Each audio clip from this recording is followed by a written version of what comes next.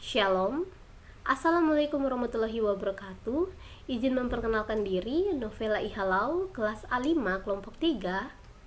Di sini saya akan mereview kembali pembelajaran yang sudah saya terima mengenai agenda 3, yaitu yang pertama, manajemen ASN.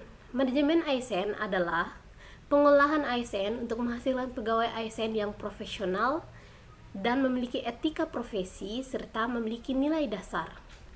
Kedudukan ASN di dalam Undang-Undang Nomor 5 Tahun 2014 dibagi menjadi dua, yaitu PNS dan P3K. PNS merupakan warga negara Indonesia yang memenuhi syarat tertentu diangkat sebagai pegawai ASN secara tetap oleh pejabat pembina kepegawaian untuk menduduki jabatan pemerintahan dan memiliki nomor induk pegawai secara nasional.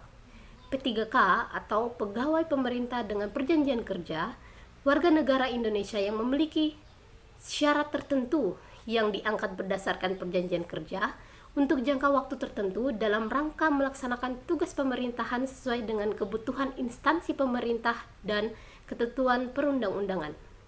Peran ASN dibagi menjadi dua, yaitu fungsi ASN dan tugas ASN. Fungsi dan tugas ASN yaitu yang pertama, pelaksana kebijakan publik, yang kedua pelayan publik, dan yang ketiga perekat dan pemersatu bangsa. Hak PNS diatur di dalam pasal 21 Undang-Undang Nomor 5 Tahun 2014, yaitu PNS berhak mendapatkan gaji, tunjangan, perlindungan, pengembangan kompetensi, jaminan pensiun dan hari tua, serta cuti.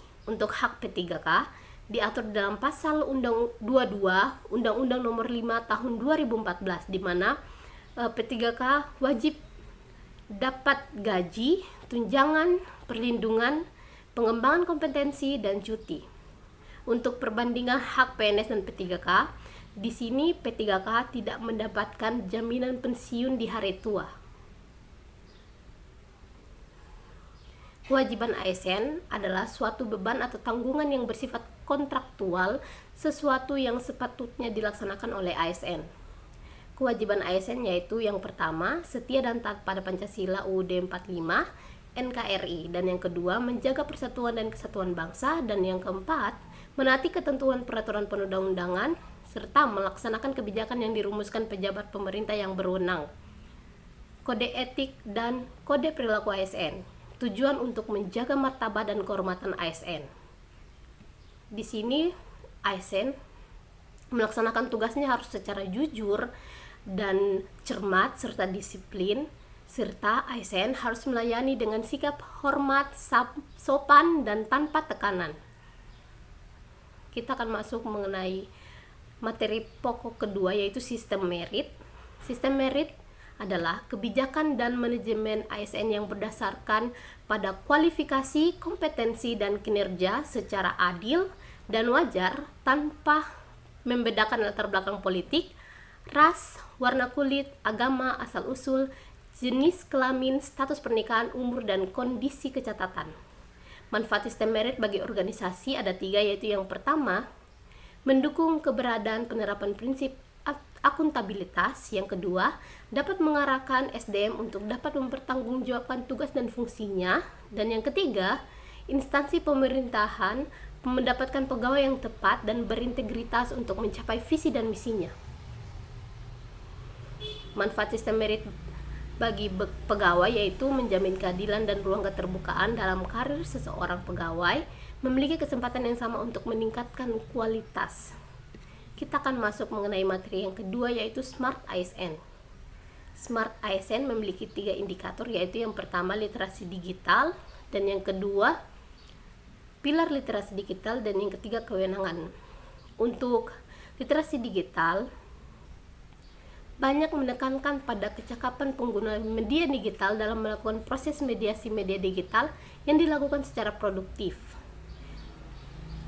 Kita akan masuk di pilar literasi digital. Di sini memiliki 4 poin, yaitu yang pertama etika bermedia digital, di mana Media digital digunakan oleh siapa saja yang berbeda latar pendidikan dan tingkat kompetensi. Karena itu, dibutuhkan panduan etis dan kontrol diri atau self-controlling dalam menghadapi jarak perbedaan-perbedaan tersebut dalam menggunakan media digital yang disebut dengan etika digital. 4 prinsip etika tersebut menjadi ujung tombak self-control setiap individu dalam mengakses, berinteraksi, dan berpartisipasi. Yang kedua yaitu cakap bermedia digital, di mana kita sebagai ASN harus pintar dalam memberikan informasi atau menyampaikan informasi kepada masyarakat, itu harus secara real datanya. Yaitu untuk yang ketiga yaitu aman bermedia digital, di mana kita harus memahami berbagai konsep dan mekanisme proteksi baik terhadap perangkat digital, lunak maupun keras, maupun terhadap identitas digital dan data diri. Dan yang terakhir yaitu budaya bermedia digital. Sekian yang dapat saya sampaikan.